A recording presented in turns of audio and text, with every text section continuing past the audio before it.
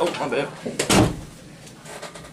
So I just have a couple of opening remarks to say the draft went very well. Thank you to the Oars for opening up their facilities for us. They have really great facilities here. Lots of power cords, good food. We couldn't ask for more.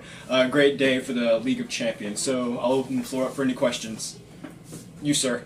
How do you spell or? O-R-R, or you could spell it O-R. Okay. They prefer O-R-R. Yes, sir, in the black shirt. You had the last pick in the draft. How do you think that affected your draft strategy?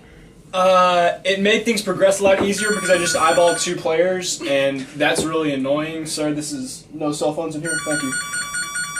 It's yours. So, I think it helped out a lot. It was really able to expedite the drafting process, just being able to make 2 picks back to back there. It was difficult. It didn't allow me to trade. I was kind of handcuffed with that, but it helped out a lot. I enjoyed it. Yes, sir. 8 out of the first 18 picks were quarterbacks this year. What kind of tone did that set for the entire draft? Well, I believe when you have 16 teams in the league, that scoring is at a premium, and so you have to get a quarterback and put some points up on the board. I believe that's why 8 of the first 18 picks were quarterbacks. Historically, they have been a little more safer picks than running backs or receivers. Yes, sir. Does the fact that you're wearing an Aggie shirt have to do anything with your draft strategy? No, that did not, but I'm glad you asked about the Aggies, because it looks like they're moving to the SEC. That's irrelevant. This is fantasy football. Well, it's not my fantasy to be in the SEC. Yes, sir.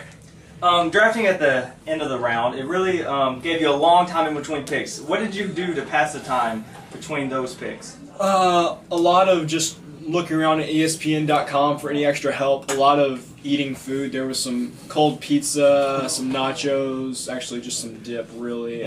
Some cookies, some donuts. I wasn't a big fan of the donuts, though. But that's, just basically milled around and did a lot of nothing.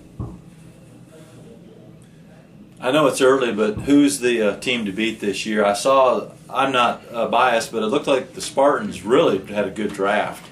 Well, this is the League of Champions, and there can't be any favorites in the League of Champions because we are all, okay, not all of us, but most of us are really good fantasy football players. Yes, sir. What did you think of the fact of Andy McCowan drafting Sam Bradford in the 2nd round?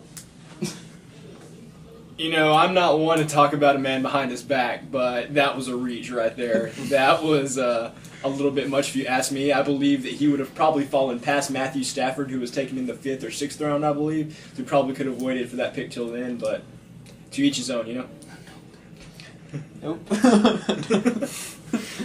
Any further questions? I think that's